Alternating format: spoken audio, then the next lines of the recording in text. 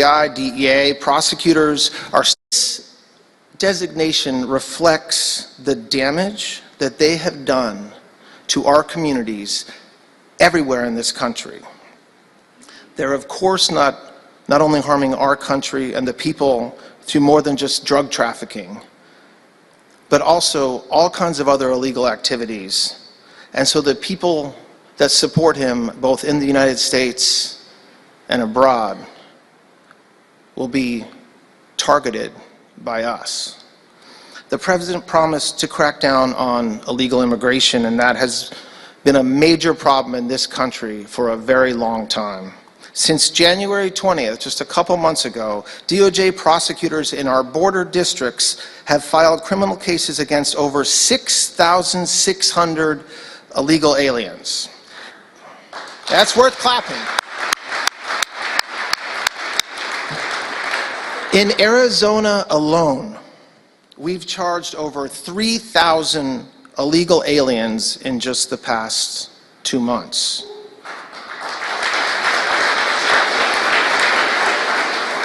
Illegal immigration has resulted in the death of countless American citizens. Take the case of Wake County Sheriff Deputy Ned Byrd. On August 11, 2022, he was murdered at the hands of 2 illegal aliens. Now, they were brothers, the Sotelo brothers, and they were arrested. But one of them escaped prison and fled to Mexico. He remained in Mexico for over 2 years. Then President Trump took office. The Justice Department and our law enforcement worked tirelessly, and he was brought back to the United States where he will face justice.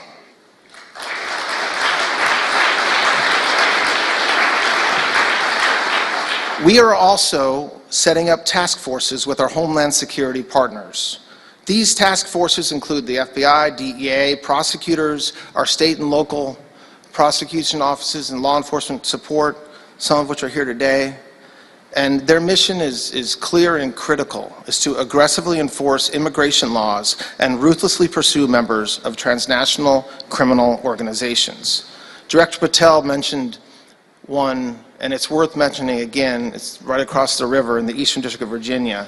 It's the first task force that we set up, and they've already arrested over 220 gang members, and we are pursuing hundreds more just with that one task force. Now, President Trump also promised that we will always support our courageous law enforcement officers. They are on the front lines in the fight against crime and in the fight against illegal immigration, and we will have their backs.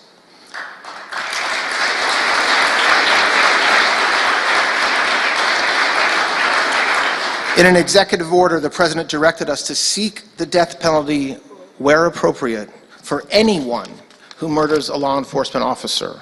2 months ago, U.S. Border Patrol agent David Christopher Mayland was tragically murdered in Vermont.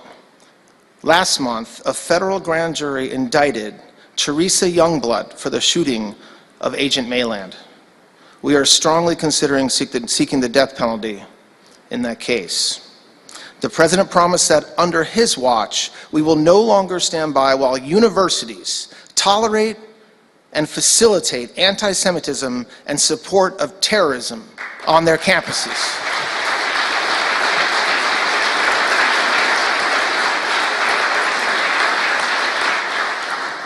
The department's recent actions, which hopefully you've seen at Columbia University in coordination with our law enforcement agency partners, are part of the administration's mission to end anti-Semitism in this country. Just last night, we worked with the Department of Homeland Security to execute search warrants from an investigation into Columbia University for harboring and concealing illegal aliens on its campus. That investigation is ongoing, and we are also looking at whether Columbia's handling of earlier incidents violated civil rights laws and included terrorism crimes. This is long overdue.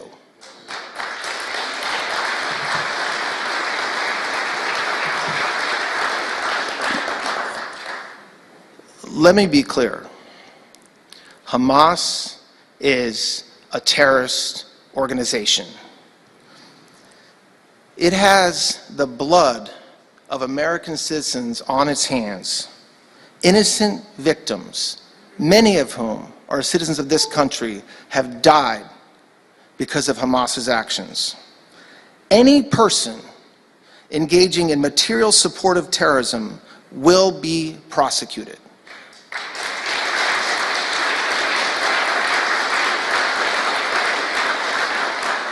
This includes those who threaten acts of violence on behalf of Hamas in the United States or even pay Hamas in the United States. The President also promised an end to the weaponization of government. Our weaponization inquiries are ongoing. They include matters relating to J6, improper prosecutions under the FACE Act, and the case against Colorado elections clerk Tina Peters. Under General Bondi's watch, the weaponization has stopped, period. The department's focus is now squarely on our core mission, keeping the American people safe.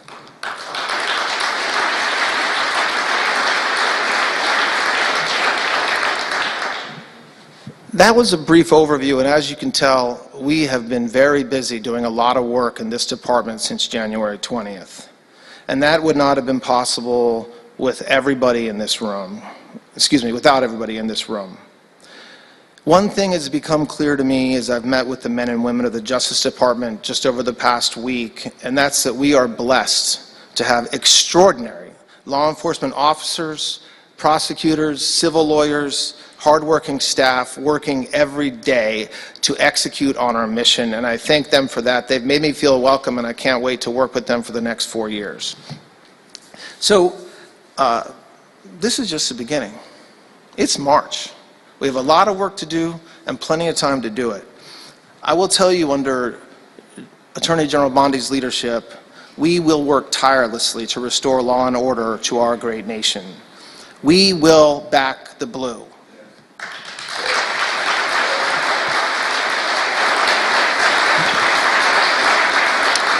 And I couldn't agree more with what Kash said a few minutes ago, that we are going to go after violent criminals and illegal aliens throughout our nation.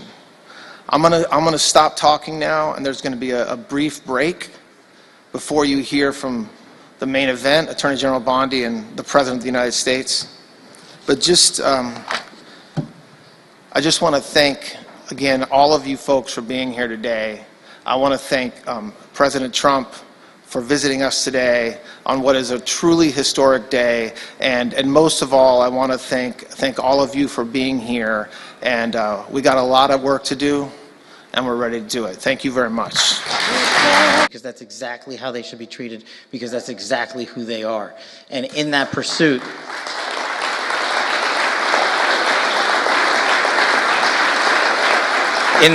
I look forward to playing a very small part. The FBI will play a very large part, and our interagency partners and our local and state law enforcement officers will start putting more and more and more handcuffs on the bad guys, and good cops across this country will be unleashed to be good cops on a daily basis. And the lasting promise that I will leave you with, and this is a message to the law enforcement community: you have always had the backs of the American people, so the Federal Bureau of Investigation and me as its director will have your backs. Thank you.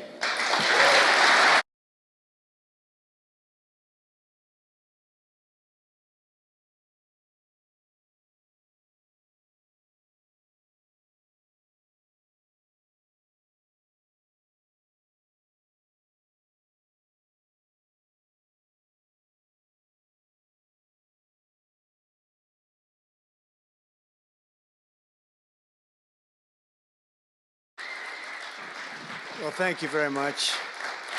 Thank you. Thank you, Pam, very much. What a job you're doing. And it's a true honor to be with you today.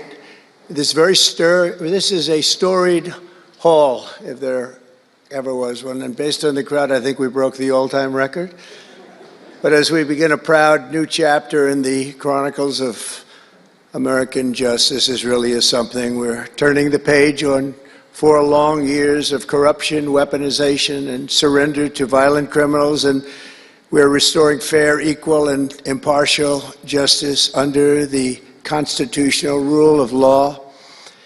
And you're the people that are doing it. Very, very proud of all of you. Under the Trump administration, the DOJ and the FBI will once again become the premier crime-fighting agencies on the face of the earth. People ask me, what am I going to do about law enforcement all the time? The fake news back there, they're asking me that all the time. What am I going to do? And when are you going to do it? And I answer them by saying I've already done most of it by appointing the people that I've appointed. They're sitting right here. They've done most of it. I don't do it, they do it. Right, Pam? I think, oh, you are so tough, they just don't know yet. Let me begin by congratulating the incredible people who will lead these historic reforms. And we start with somebody that you just saw, Pam Bondi. She's extraordinary, and I've known her very well for a long time.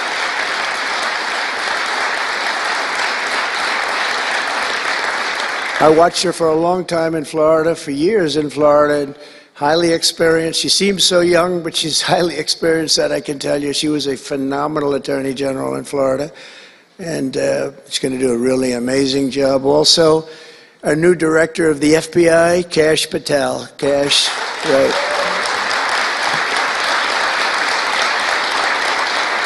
A man that I'm very proud of. I've known him and Emil for a long time under tremendous pressure. I saw these guys under some of the most corrupt judges. It's not even imaginable how corrupt they were. And these guys never wilted. They were not shy. They fought. They weren't afraid. And they were brilliant. Deputy Attorney General Todd Blanche and Principal Associate Deputy Attorney Emil Beauvais. And thank you both very much. Right. Great people. They're great people. The Chief of Staff, who's so highly respected, Chad Mizell. Thank you, Chad. Chad? Thank you, Chad. Our next administrator of the DEA, Terry Cole. Terry? Thank you, Terry. Good luck. Going to do great.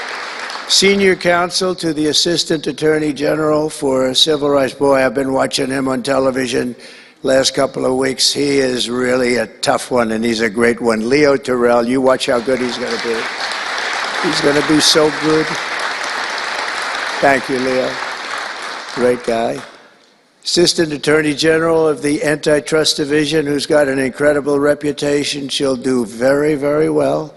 Gail Slater. Thank you, Gail. Good luck. Great job. And we're joined by many, many great friends and terrific friends, and I won't be able to, too many to name, but some that I just see very quickly. General Flynn, thank you for being here. Here's a man who went through hell, by the way, and he shouldn't have. He's a patriot. He went through hell. We're also pleased to be joined by Senator Chuck Grassley and House Majority Whip. Where's Chuck? Hi, Chuck. House Majority Whip Tom Emmer. Tom, great job you're doing. His names to say, but I got it perfectly, I think. And State Attorney General Ken Paxton, thank you very much. Thank you very much. Somebody who was with us early on, and she's really become a big star and very popular, Brenna Bird. Thank you, Brenna. Thank you very much. Steve Marshall, Alan Wilson, James Othermeyer, Chris Carr, Dave Sunday, Marty Jackley, as well as White House Deputy Chief of Staff, Stephen Miller. What a man Stephen is. Become a big star. Right, Emil? Steve Miller. Steve has been something very special. For generations, the Federal Department of Justice was one of America's most revered institutions. The men and women of the DOJ brought down the mafia, hunted down the killers, kingpins, and spies, tracked down terrorists and traitors, and tore down corrupt political machines all across America. This department commanded the respect and admiration of the entire world. And with Pam and Kash and all of the people I introduced and far more, big numbers, and all of you sitting back there, I recognize so many of you.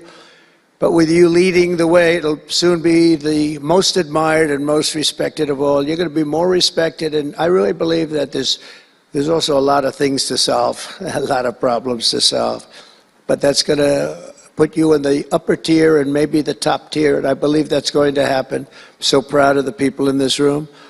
But first, we must be honest about the lies and abuses that have occurred within these walls. Unfortunately, in recent years, a corrupt group of hacks and radicals within the ranks of the American government obliterated the trust and goodwill built up over generations. They weaponized the vast powers of our intelligence and law enforcement agencies to try and thwart the will of the American people. You remember the 51 intelligence agents that said, as an example, that Hunter Biden's laptop from hell came from Russia, when they knew it came right from his bedroom. They knew that. It was a big lie, and they knew it so well. They spied on my campaign, launched one hoax and disinformation operation after another, broke the law on a colossal scale, persecuted my family, staff, and supporters, raided my home, Mar-a-Lago, and did everything within their power to prevent me from becoming the President of the United States.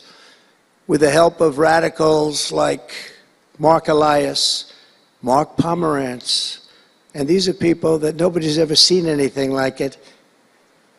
So many others, but these are people that are bad people, really bad people. They tried to turn America into a corrupt, communist, and third world country, but in the end, the thugs failed and the truth won.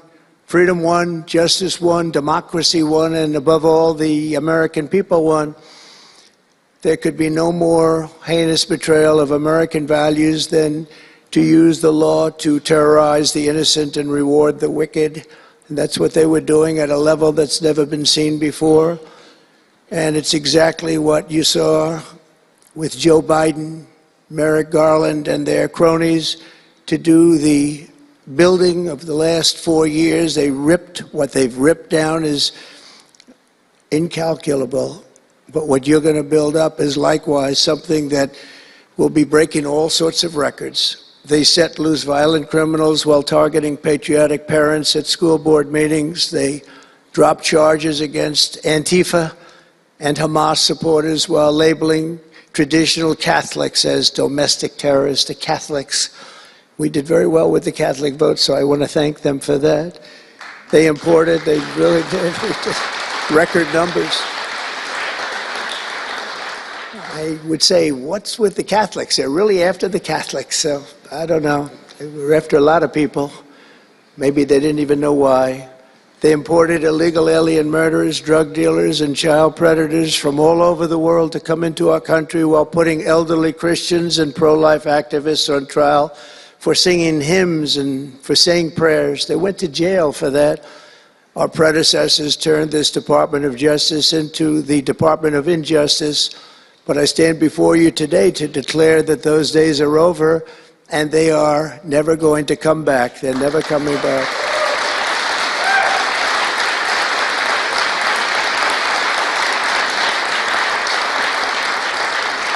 So now, as the chief law enforcement officer in our country, I will insist upon and demand full and complete accountability for the wrongs and abuses that have occurred. The American people have given us a mandate like few people thought possible. We won every single swing state. We won the popular vote by millions and millions of people. We won districts, 2,750. Think of that, 2,750 districts compared to 505. So we won it at levels that have, I don't believe, ever seen before. That's the one where you see the map of the United States and it's all red. Red for Republican, not for communist. Red for Republican. They would like it to turn red for communist, but it didn't work out that way. The American people have given us a mandate and really just a far-reaching investigation is what they are demanding into the corruption of our system. And that's exactly, I'm sure, what Pam and Kash and everyone else mentioned here and not mentioned is going to be doing. We will expel the rogue actors and corrupt forces from our government. We will expose and very much expose their egregious crimes and severe misconduct, of which was levels you've never seen anything like it. It's going to be legendary. It's going to also be legendary for the people that are able to seek it out and bring justice. We will restore the scales of justice in America, and we will ensure that such abuses never happen again in our country. And that's why on day one I signed an executive order banning all government censorship and directing the removal of every bureaucrat who conspired to attack free speech and many other things and values in America. My administration stripped the security clearances of the disgraced intelligence agents who lied about Hunter Biden's laptop from hell. We revoked the clearances of deranged Jack Smith, Alvin Bragg, Letitia James, and the crooked law firms that aided their partisan persecutions. And I went through it. These are state and city courts, and the corruption is unbelievable. We also terminated the clearances of the Biden crime family and Joe Biden himself. He didn't deserve it. In fact, he was essentially found guilty, but they said he was incompetent, and therefore let's not find him guilty, I guess. Nobody knows what that ruling was, but I didn't want any part of it. I think I would have rather been found guilty than what they found with him. They said he didn't know what the hell he was doing, and therefore he's let him go. I said, you know, I'd rather be convicted, Pam. I think that was not good. I said, please convict me, don't say that. I pardoned hundreds of political prisoners who had been grossly mistreated. We removed the senior FBI officials who misdirected resources to send SWAT teams after grandmothers and J6 hostages. And it was a great honor for me to fire, I will tell you this, a great honor to fire James Comey. A great, great honor. That was nothing. There was no better day. A lot of people said, oh, that's too bad you did that. And they said that's going to be, and you know what? A year later, they said that actually saved the administration, because the level of corrupt things that we learned after that turned out to be that they were doing, in fact, really bad things. He was a terrible person, did terrible things, and persecuted people, and all in the guise of being an angel, but he wasn't an angel. We created a brand new DOJ task force on anti-Christian bias, and under Director Patel, we're getting the FBI agents out of the headquarters in Washington, D.C., and back on the streets in pursuit of dangerous criminals where they belong and where they want to be. And, you know, you have that big FBI building, and it's a very big building, and they were going to build an FBI headquarters 3 hours away in Maryland, a liberal state, but that has no bearing on what I'm about to say, but we're going to stop it. Not going to let that happen. We're going to build another big FBI building right where it is, which would have been the right place, because the FBI and the DOJ have to be near each other. You can't that's one thing I did learn from this persecution. The FBI and the DOJ work together. Now, in my case, they work together for bad purposes, but they do. They were always together. So how can you have one that's 3 hours away? But one thing I said to Kash, well, we're going to get a great building built. It's going to be a magnificent building. He said, sir, we don't need that kind of room. I said, what do you mean? He said, I'm just going to take a old Department of Commerce building that's about 25% the size, and that's what I need. We're going to have the best staff that you've ever seen, and that's what I need. It's in a nice location, but I don't need that big building. Why don't you just sell the site to somebody, and we're going to be very happy. And they want to have far fewer people, but we also want to have them in D.C., and if for no other reason, we like having law enforcement walking the streets of our capital, because when the bad guys are out there and they see there's an FBI agent, that's the ultimate in law enforcement, and they're not going to be acting so bad. We're cleaning up our city. We're cleaning up this great capital, and we're not going to have crime, and we're not going to stand for crime, and we're going to take the graffiti down, and we're already taking the tents down, and we're working with the administration, and if the administration can't do the job, we're going to have to take it back and run it through the federal government. But we hope the administration is going to be able. So far, they've been doing very well. The mayor's been doing a good job. We said there are tents galore right opposite the State Department. They have to come down, and they took them down right away. And so far, so good. But we want to have a capital that can be the talk of the world. When Prime Minister Modi of India, when the President of France, and all of these people, the head of Prime Minister of United Kingdom, they all came to see me over the last week and a half. And when they come in, I had the route run. I didn't want to have them see tents. I didn't want to have them see graffiti. I didn't want to have them see broken barriers and potholes in the roads, and we had it looking beautiful. And we're going to do that for the city. And we're going to have a crime-free capital. When people come here, they're not going to be mugged or shot or raped. They're going to have a crime-free capital again. It's going to be cleaner and better and safer than it ever was, and it's not going to take us too long. There's a new phenomena that is taking place with these violent, vicious lawyers that we have all over. They play the ref. You know what playing the ref is? Like the great Bobby Knight basketball coach. He'd scream and scream at the ref. He'd scream. I watched him. By the way, I love Bobby Knight because he endorsed me. And having Bobby Knight's endorsement in Indiana was an extremely good thing. A friend of mine said I was running in Indiana at the time. This was early on, 2016. And I was doing great. But friend came up and said, "Do you know Bobby Knight?" I said, "No, I don't, but I hear he was a tough cookie." He said, not only tough, he was beyond tough, but he's the most popular guy you can imagine. It turned out he wanted to endorse me. He called me about 2 years before. He said, "Sir, I'd like to endorse you." I said, "Is this really Bobby Knight?" He said, "It's me." I could tell it was Bobby Knight. He had been known for throwing the chair across the court and slapping a player. Can't do things like that, right? And the man that came in fired him. He was a new administrator for the college. That guy didn't last very long. They were like 14-0, and they fired Coach Knight. That was not good, but he had a little chip in his shoulder. But he loved Trump, and he came in, and he said, "I'd love to endorse you." He said, "If you ever run, please call me." So he said, "Do you know Bobby Knight?" I said, "Well, I don't know him, but he called me a couple of years ago." It was an amazing phenomenon. I took his number, and on each side of my desk in New York, I had stacks of paper, like nice and neat, but about 2 feet high each. And I said, I wrote his number down and I put it here 2 years ago. And I said, let me see if I can find it. It was almost like a miracle. I had other miracles that happened too. My ear is still throbbing. That was a miracle. That was a miracle also, wasn't it? That was a miracle also. Thank you. Thank you, Leo. Thank you. Thank you, Pamela. That was a miracle. Anyway, okay, that's very nice. Thank you. But so he said, Bobby Knight. So I said, I put his name down and I wrote it down. It's in one of these stacks. I lifted up. There would have to be 2,000-3,000 pages in each stack. I lifted it up, the first one, had no idea.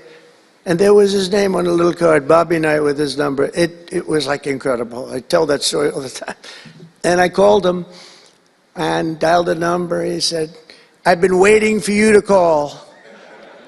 And he went out and he made a speech for me in a packed arena in Indiana, and it was over. It was over. He was a tough guy. He actually went a little far, if you remember. He made a great speech because he was actually a motivational type guy, to put it mildly.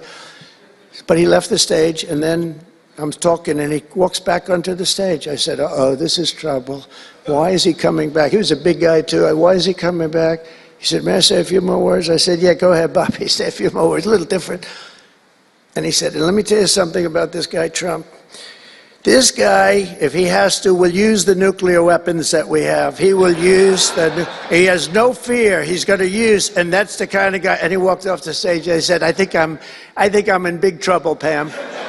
That was not good, but it worked out okay. In the meantime, we won the state in a landslide, and it was great, and it was just an amazing period of time. But this is the most amazing period of time. I think this is more amazing. What's taken place has been more amazing. I think it's more consequential, and if we do the job, one of the big media outlets said what we did was the most consequential election in the last 129 years. Well, if we do the job that we're all capable of doing, I think it's going to prove to be that and then some. And that's what we want to do. We have a real big shot at making this country so great, so great. What happened to our country was so sad. What they've done in 4 years to our country with the borders, with Afghanistan, the most embarrassing period of time, allowing the Russian situation, it was never going to happen with Ukraine,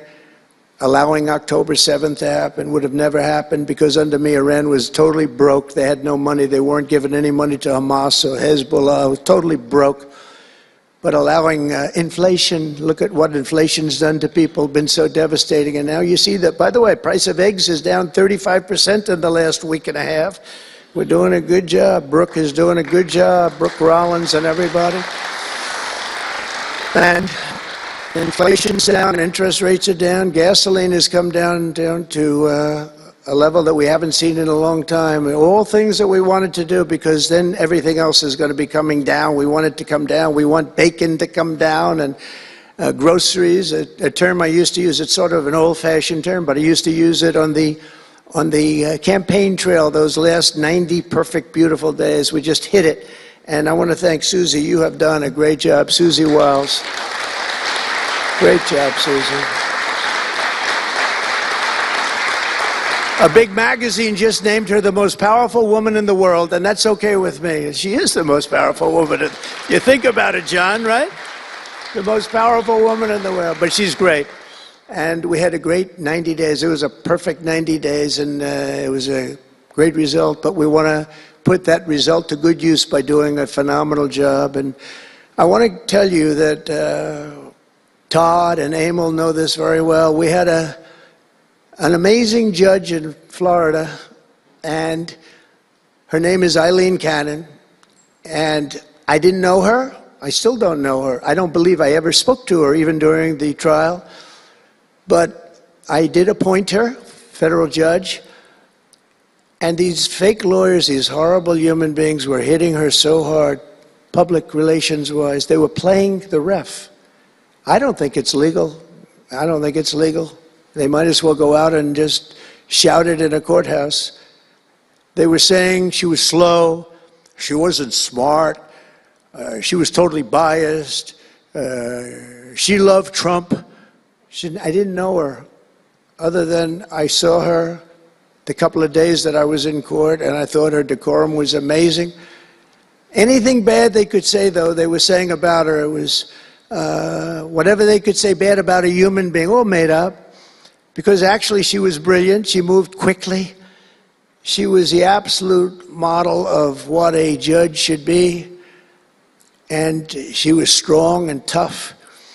And how do you get them to stop if you're a judge? How do you get them to stop with the playing the ref? Bobby Knight would play the ref. That's why I brought up the Bobby Knight story. He would play the ref. He'd scream at the ref. He'd scream so hard. Oh, boy, it was terrible, actually. And the people would come up, his assistant coaches would come up to the place. Coach, don't do that. Don't do it. He said he's not going to change his tune, coach. He called it. He's not changing. I don't care. And he's screaming. That's when he threw the chair. He starts going crazy. And he said, no, he's not going to change this time, but he's going to change for the next play. And sure as hell he did. You know, Bobby, by the way, had the last undefeated team in basketball. And relatively speaking, you know, he had that team. He always had a team. He never had that. Well, he had a couple of great players, obviously, some top NBA players, but very few relatively. He had a team, but he won the national championship 3 times. But he had the last undefeated team in basketball. And he would play the ref, and he would scream at him. He knew exactly what he was doing. They're doing the same thing. He said, no, he's not going to change now, but he's going to change for the next one. That's what he wanted to do. He wanted to scare the hell. They wanted to scare the hell out of the judges, and they do it. And how do you stop it if you're a judge? Because you want to go home, you have a family, you have children, and the New York Times will write whatever these people say, and the Washington Post, and the Wall Street Journal, and MSDNC, and the fake news CNN, and ABC, CBS, and NBC, and they'll write whatever they say. And what do you do to get rid of it? You convict Trump. All you have to do is be really tough on him and ultimately convict him and they leave you alone. It's totally illegal what they do. I just hope you can all watch for it, but it's totally illegal. And it was so unfair what they were doing to her. But they do it all the time with judges. But in her case, she was very courageous, and it only made her angry. Wouldn't you say? It just made her angry. She didn't like it. A lot of them say, oh, please don't say that about me. My family, what's my husband going to say? What's my wife going to say, or my kids? Please don't say that. And it had absolutely no impact on her. And the case against me, which was a case, I will not use a bad word. I promised my wife I would never use a bad word, so just a little bad. The case against me was bullshit. And she correctly dismissed it. She correctly. Look at Emil, he's looking, he says, that's interesting. But these two guys were warriors. You got a warrior here. You got two warriors, I can tell you that. You got a whole bunch of them. But, and they wouldn't quit. They wouldn't take no for an answer. They just wouldn't quit. These two people right up here, and some others that are involved with it indirectly.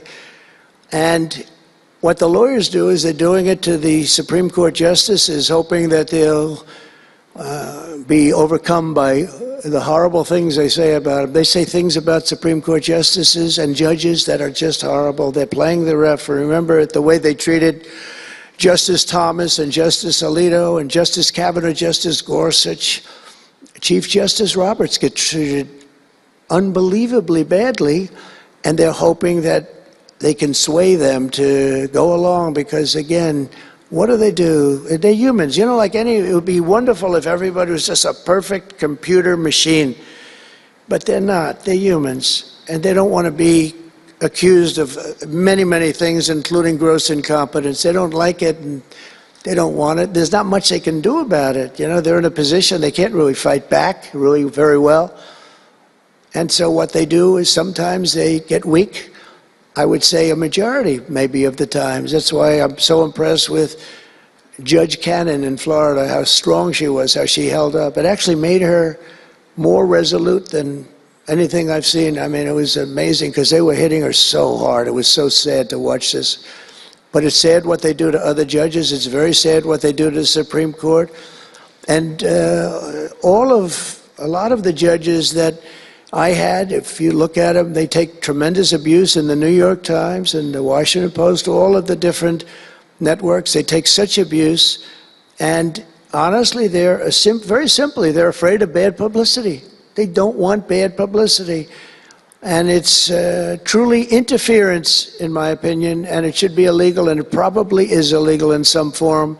There's no difference than speaking to a judge or shouting to a judge or doing whatever you have to do in a courthouse. They're doing it behind the back. They're usually doing it anonymously. They're saying anonymously, off the record, the judge is no good, but everybody knows where it's coming from. And it's totally coordinated. It's a campaign, and it's by the same scum that you have been dealing with for years, like guys like Andrew Weissman, deranged Jack Smith. There's a guy named Norm Eisen. I don't even know what he looks like. His name is Norm Eisen of Crew. He's been after me for 9 years. Now, Crew is a charitable organization. And the reason I'm saying this, Todd, is I'm only going to get one chance to say this. But these are bad people.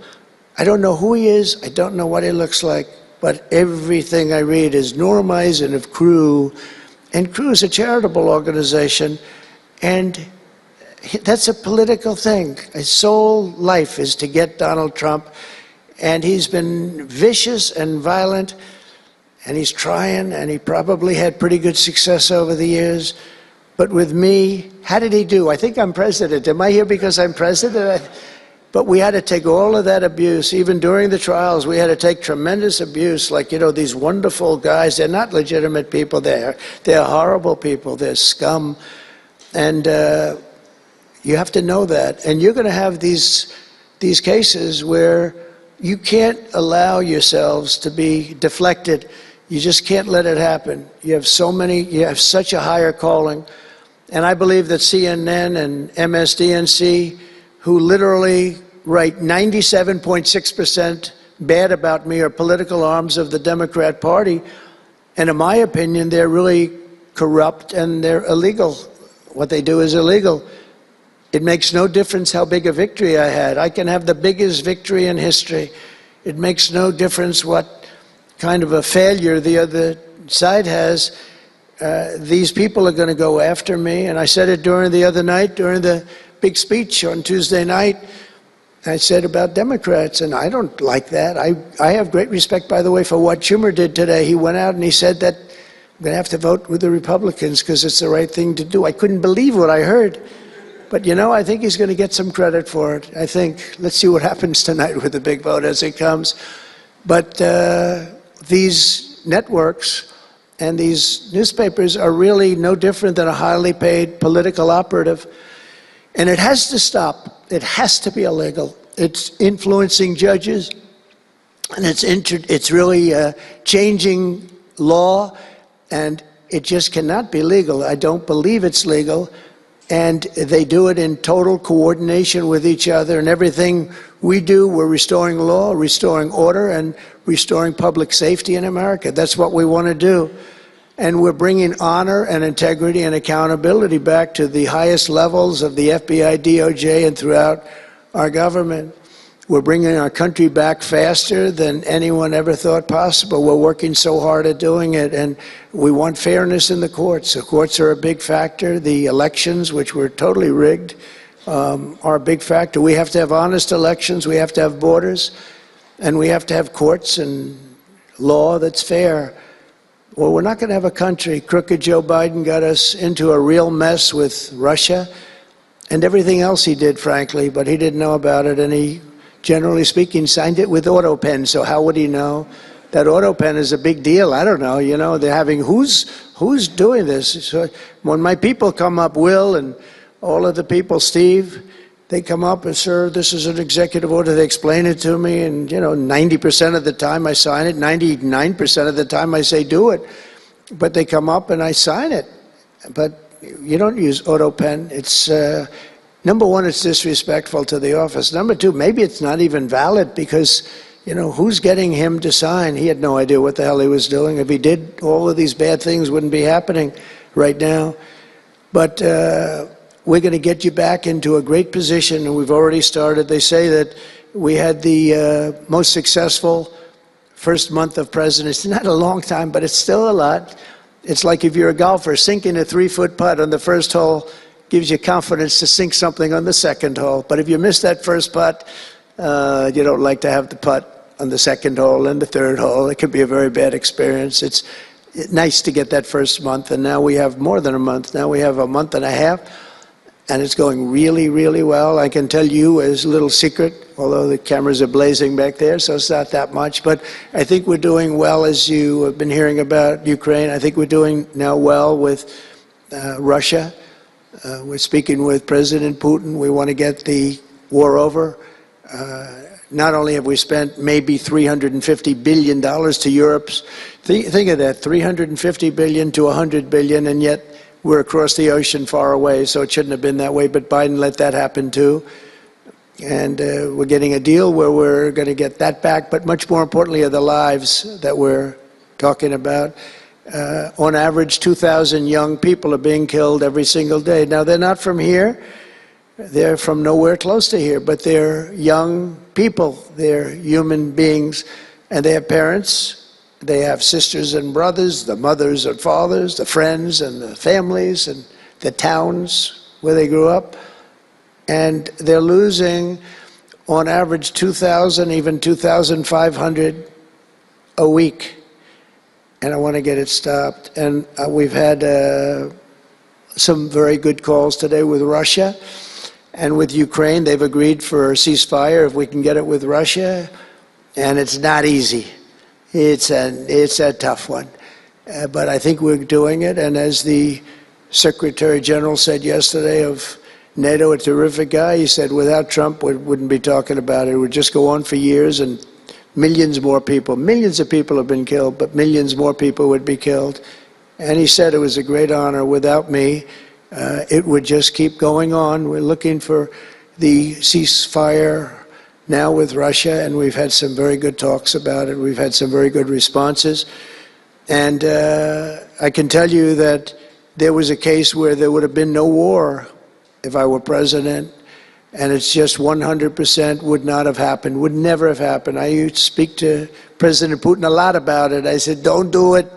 Don't do it. I won't tell you what the consequence was. I won't tell you what he said. But if he believed even 5% of what I said, then he would say, I'm not going to do it. And I think he did. But we had a good relationship, and we had a professional relationship, and his respect for this country. And I think we've had some very good results. So, you know, I haven't been able to say that to anybody else. I haven't wanted to say it until just before I came here. I got some pretty good news. So, but we have to see what happens. It's still a long way to go. The fighting is unbelievable. Russia has a large group of Ukrainian soldiers, as we speak, surrounded and in grave danger. They've been able to surround them. They're in grave danger. Biden should have never let this war happen.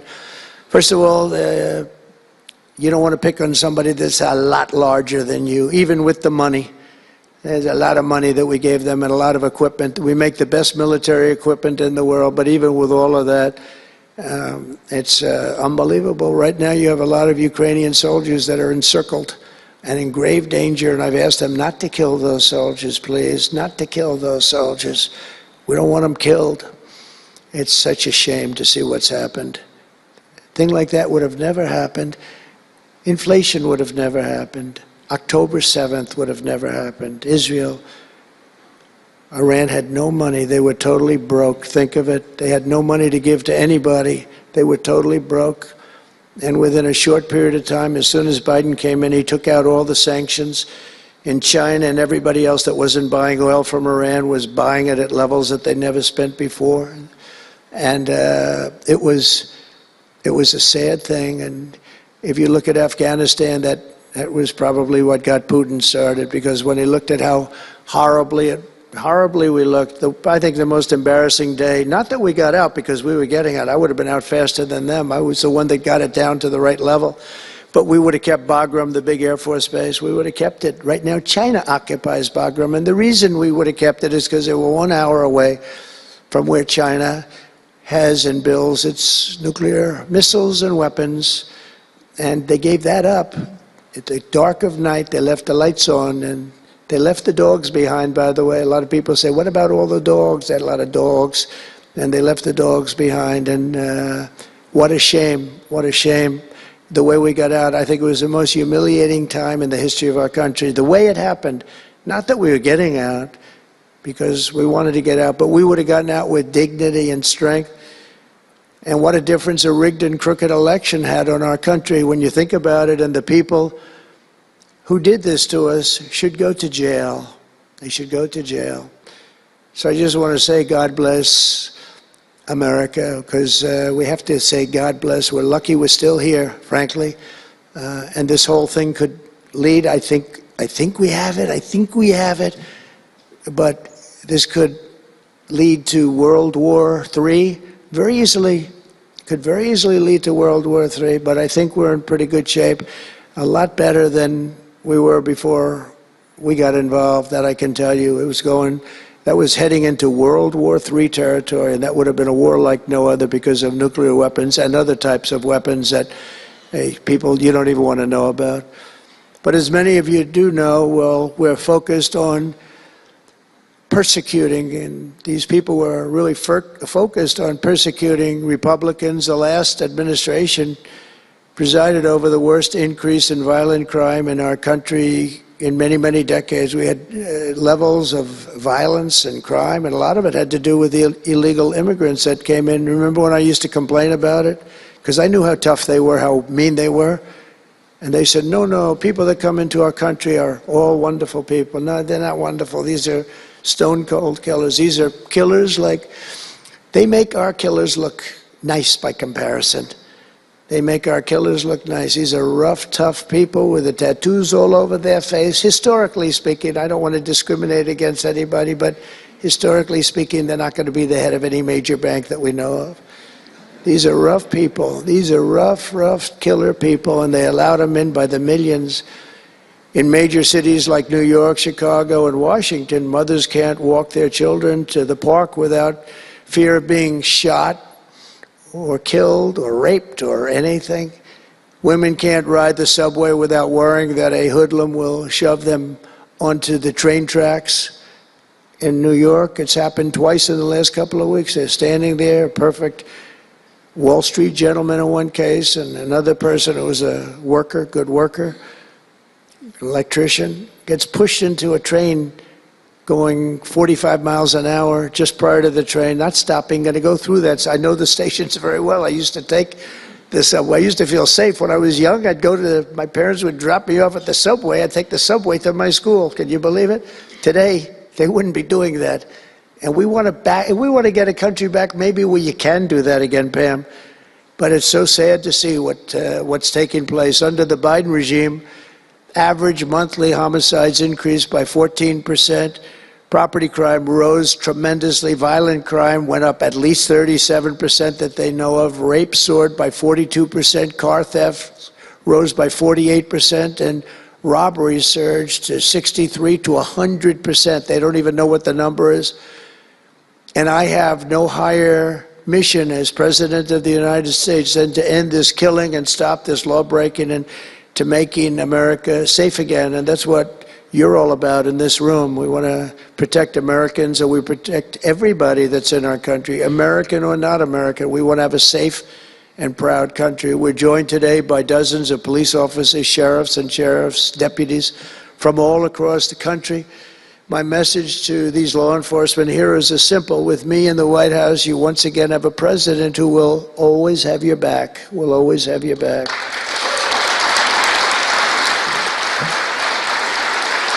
Thank you, fellas. Thank you. That's a lot of good-looking people. I will tell you, I feel safe. I'm glad you're in the room. I feel even safer. It's a lot of great people. On day one, I signed an executive order directing Attorney General to ensure that anyone who murders a police officer immediately, with as fast a trial as we can have, gets the death penalty.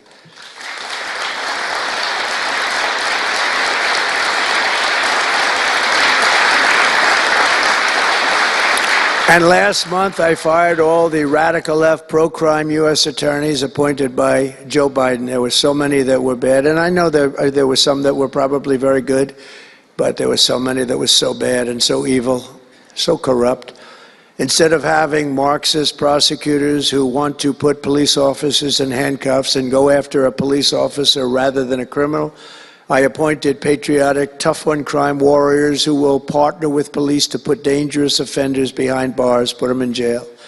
We're fully reviving 1033 program to provide state and local law enforcement with surplus military equipment, that we have so much of it. I did it in my last administration, and I remember Obama wouldn't do it. He wouldn't do it before me, would not do it, because he thought it made them look too strong, too military. I said, no, that's what I want them to look like. I want them to look strong.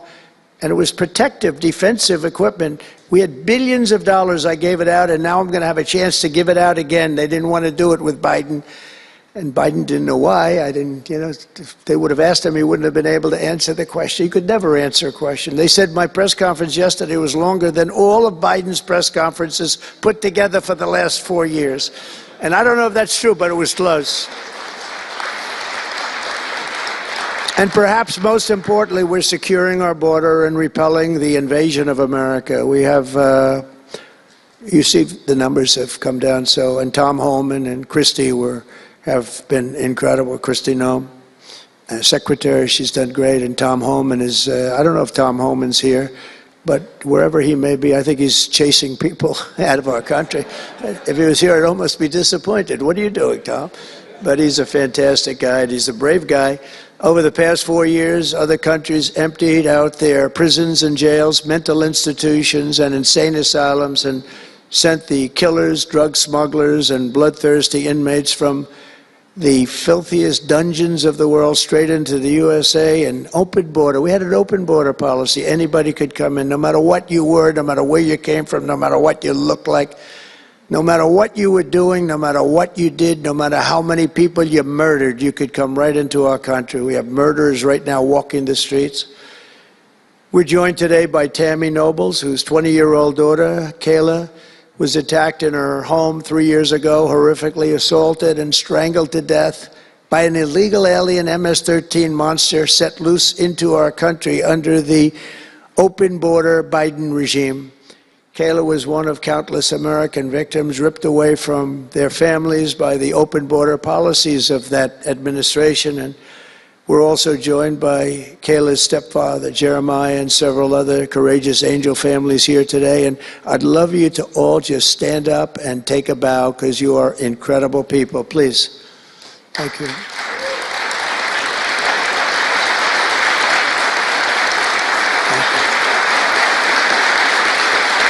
Thank you.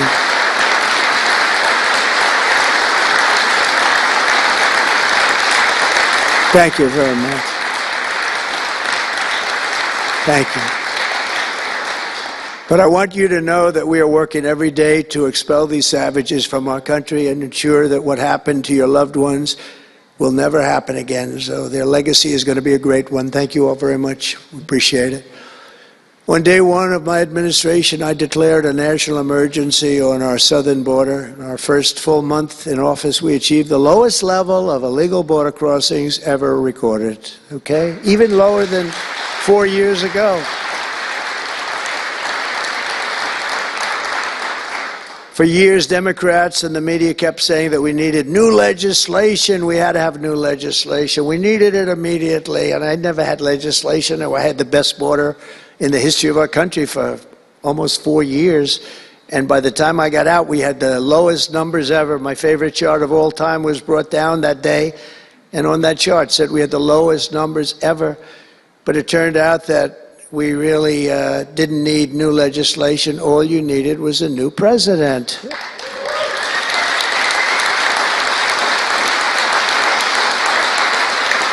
And I said that the other night. That's all you needed was a new president saying, close the borders, because the Border Patrol is unbelievable, ICE is unbelievable, and all of our law enforcement is just incredible. All of you guys are amazing, and the people of our country respect you and they love you, and a lot of times you don't hear that because you have to listen to the fake news back there, but they have great respect for you, so I just want you to know that. And you know, that includes our fire departments too. They don't get spoken about enough. You know, they go into some of the areas I read where they're shooting them off ladders. Can you believe it? They go up to put out a fire, Leo, and they go and they shoot them off a ladder. It's just unbelievable. These firemen and women are incredible. So I want to put them in the same category because they're just incredible. I also like that the fact they voted for me like at 94%. So I have to mention them. I have no choice, right? But the truth is they're phenomenal people. The law enforcement, fire, everybody, they're phenomenal. Basically first responders, because that's what they are. They're first responders.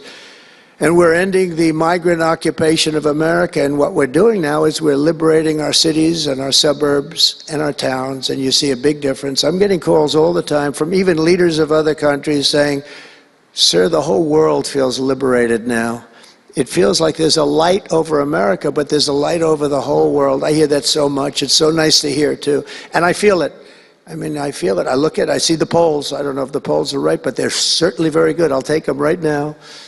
It's amazing what's taken place in such a short period of time. Really 6 weeks, but it's longer than that. It's really November 5th. I think that hopefully will go down, if you do your job great, it'll go down as the most important day, one of them at least in the history of our country. You know, July 4th was pretty, 1776, it was pretty important too. But let's see if we can top it. Can we top it? I don't know. That's a tough one, but we're going to try. But it will be one of the most important days in the history of our country. So I think, and I think everybody in this room wants that to happen. Last month, we officially designated MS-13 and Trendiragua. That's the Venezuelan gang, the toughest gang, they say, in the world, and the Mexican drug cartels as foreign terrorist organizations. That's a big deal. Nobody wanted to do that in the past.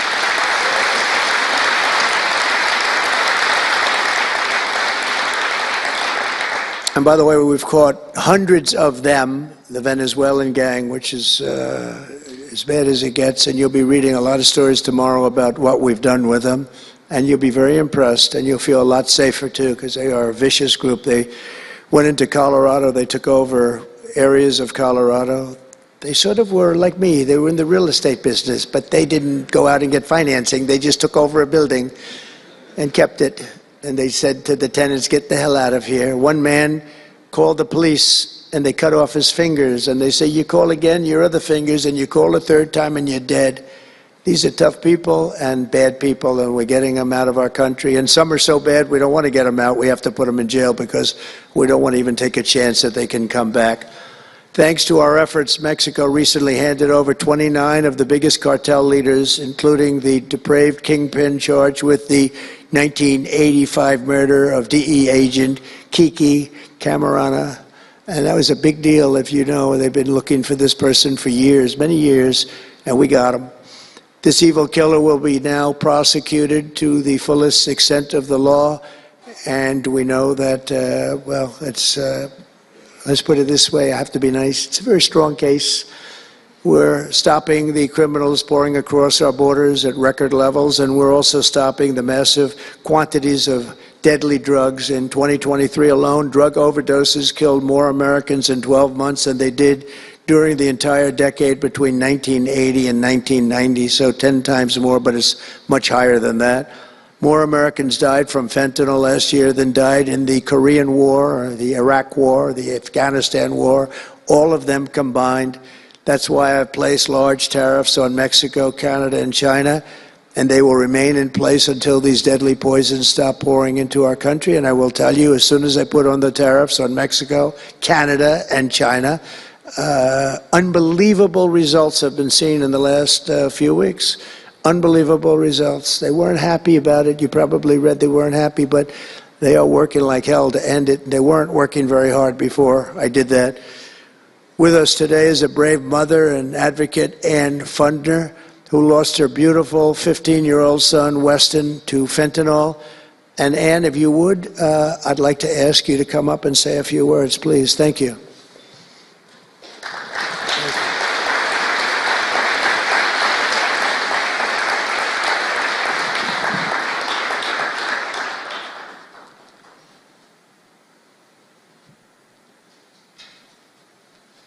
Thank you very much. Thank you, darling. Thank you. You're going to be great. Thank you. Let me put that down a little bit. Thank you.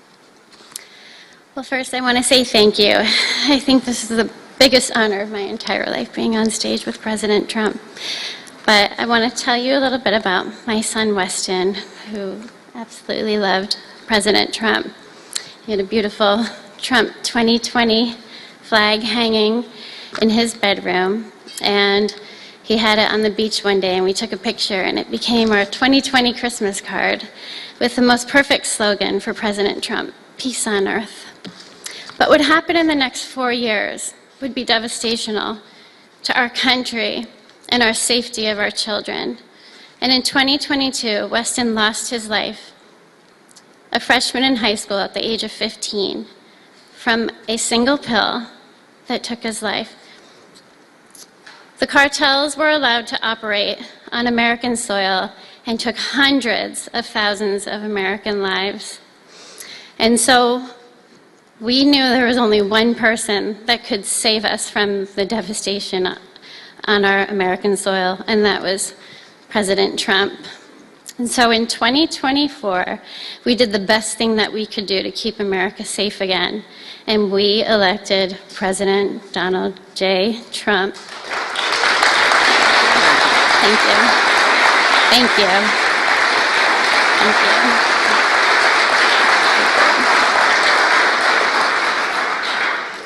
Thank you. And he's done everything that he has promised. We have a 98% decrease in border crossings. And he has labeled the terrorist cartels terrorist organizations. And he has instilled tariffs because there is no price on human life. And so I feel like I can speak for the entire fentanyl fighting community when I say thank you to President Trump, and thank you to Pam Bondi and everyone out here who is fighting this fight. God bless you. God bless you, President Trump. And God bless America. Thanks. He's up watching you. He's up there watching you. We're so proud of Mom.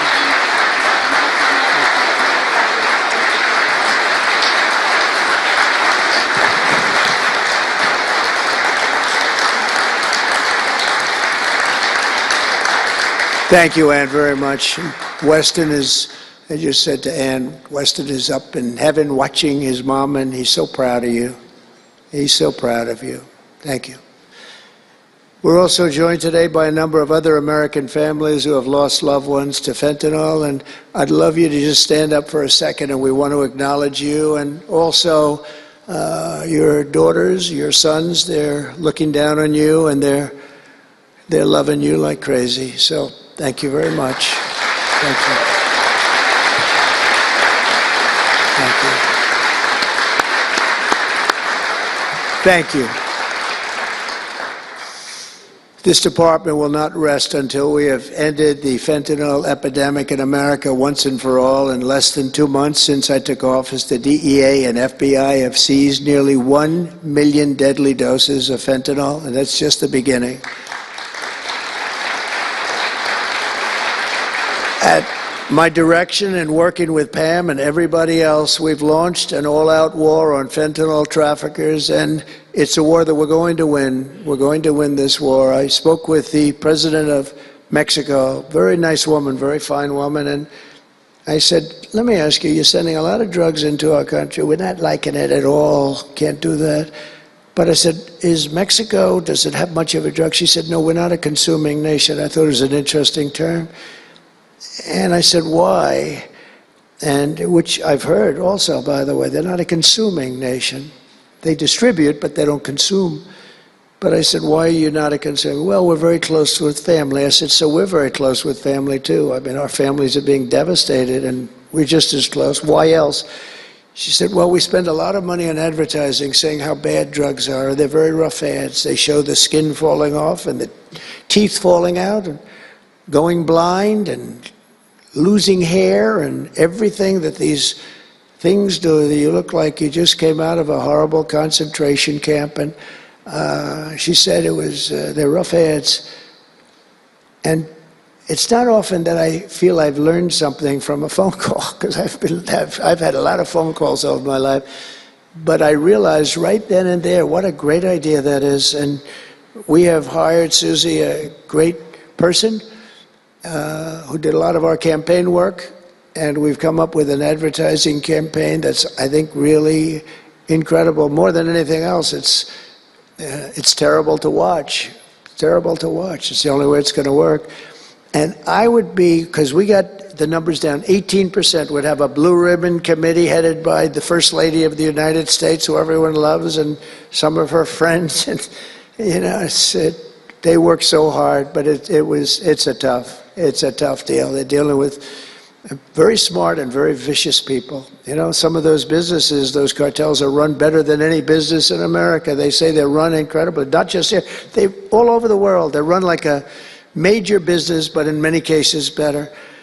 And I said, we got it 18% down. Well, 18% is incredible. It's like a record, but when you think of it, it's not very much. And the way you get it down, if you want to get it down to close to 100%, is with the death penalty. But I think maybe America is not ready for that. China has the death penalty. Singapore has the death penalty. Various places have the death penalty. Wherever you have the death penalty, you don't have drugs. But I just don't know if this country is ready for it. So I tell people, and it's always an option, but I don't know. I just don't know if you're ready for it, and that's okay. It's nothing you can do. But what we're going to do is we're doing this campaign, and I think we can get it down 50% with this campaign, because when people see all the horrible things that these drugs do to you, we're especially focused on fentanyl. When they see all of the horrible things that happen when you take drugs, how you look, you lose your look. Everyone's vain. They don't want to lose their look. The look is so important. And I think when they see these things, they may say, you know what, I'm going to take a pass. But there is big danger. Pam and I were talking about it before. A lot of people are taking fentanyl and not even knowing. They think they're doing something else, or maybe taking another drug, but at a much lower level. And they die.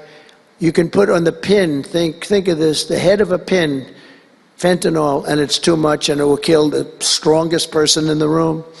And it's amazing, but we're going to do this campaign. It's going to be launched fairly soon, Susie.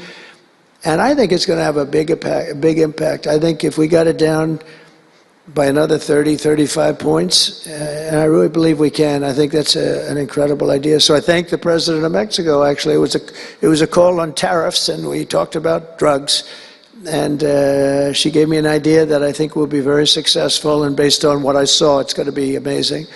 Under our leadership, this department is once again laser-focused on protecting the American people. We're defending our borders, our streets, our children, and our good, really God-given, this is God-given rights and liberties once and for all. We're going to defend our country, and we're going to defend our rights. Etched onto the walls of this building are the words English philosopher John Locke said, "Where law ends, tyranny begins." And I see that, and I saw it over the last 4 years when somebody was allowed to attack viciously with this department and the FBI his political opponent. How did that work out? Didn't work out too well, but it wasn't pleasant. It wasn't pleasant. I was attacked by a political opponent, and probably it helped that I was attacked more than anybody in the history of our country. Alphonse Capone, the great Alphonse Capone, legendary Scarface, was attacked only a tiny fraction of what Trump was attacked. And maybe it worked out well, I don't know. If I had to give it up, I probably wouldn't, but only because I've gone through it. But I wonder what the difference would be. Maybe they helped get me elected by those margins, the big mandate that we received. But you can't go after your political opponent. Nobody's ever seen anything like it, actually. And hopefully they won't see anything like it. But now, with the return of law and order, the entire world is witnessing the triumph of American justice and American freedom. That's why we're here today, gathered with people that have love for our country. In the coming years, we will revive the storied legacy of this department, and it's happening right now. You can feel it. And rekindle the spirit of the great lawmen and legal lions of the past, Americans like Wyatt Earp, Eliot Ness, Frank Hammer, Rudy Giuliani. Rudy Giuliani had to suffer greatly, greatly. He's the greatest mayor in the history of our country. He had to suffer greatly. Ed Meese, Antonin Scalia, Robert Jackson, and Robert F. Kennedy. We will rebuild pride in our institutions. We will restore the prestige of this great department, and we will bring back faith in our justice system for the citizens of every race, religion, color, and creed. And I want to just tell you that this has been a great honor. I was asked to do it, and I said, is it appropriate that I do it? And then I realized it's not only appropriate, I think it's really important, and I may never do it again. I may never have another chance to do it again, because this is something that I'm leaving to the greatest people I know, the best people, the smartest people, the toughest people I know, and they're going to do an incredible job. And it's an honor for me to have won this election so that I can appoint these people to do their job, and they're going to do it like you have never seen. So I just want to wish all of you good luck. It's going to be an interesting journey, not going to be easy, but you're going to win. You're going to win, win, win, and fight, fight, fight, and it's going to end up being a tremendous result for this country. So thank you all very much. God bless America. God bless you all. Thank you.